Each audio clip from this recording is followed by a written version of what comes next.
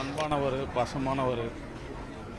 ரொம்ப ஒரு ஒரு ஹெல்ப் மைண்டு. எங்களுக்கெல்லாம் வந்து நிறையா ஒரு வழிகாட்டியாக இருந்திருக்காரு. இந்த வழியெல்லாம் இன்றைக்கி போச்சு, அந்த வழியெல்லாம் அடைச்ச மாதிரி ஆகி போச்சு. எங்களுக்கு ரொம்ப கஷ்டமாக இருக்குது. என்ன பண்ணுறதுன்னு தெரியாமல் ஒரு பக்கம் மனசுக்குள்ளே கிடந்து அப்படியே பதறிட்டு கிடக்கு. பெரிய ஒரு இழப்புண்டா எங்களுக்கு வந்து பெரிய ஒரு இழப்பு. நாங்கள் தமிழ்நாடு சோசியல் குரூப்னு ஒரு குரூப் இருக்குது. அதில் ஒரு 350 பேர் இருக்கோம். அதில் அந்த 350 பேரில் வந்து எனக்கு எங்கள் அண்ணன் தான், ரோபோ சங்கர் அண்ணன் தான். எல்லாமே வந்து அவர் தான் பண்ணி கொடுப்பாரு, அவர் தான் எல்லாம் செய்வார்.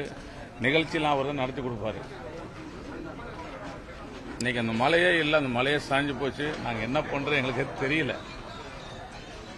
எங்கள் அண்ணன் வந்து எப்பவுமே வந்து பணத்தை வந்து மக்களுக்காக வந்து கொடுத்துக்கிட்டே இருப்பார், செஞ்சுக்கிட்டே இருப்பார். ஏதாவது ஒரு வேலை செஞ்சுக்கிட்டே இருப்பார்.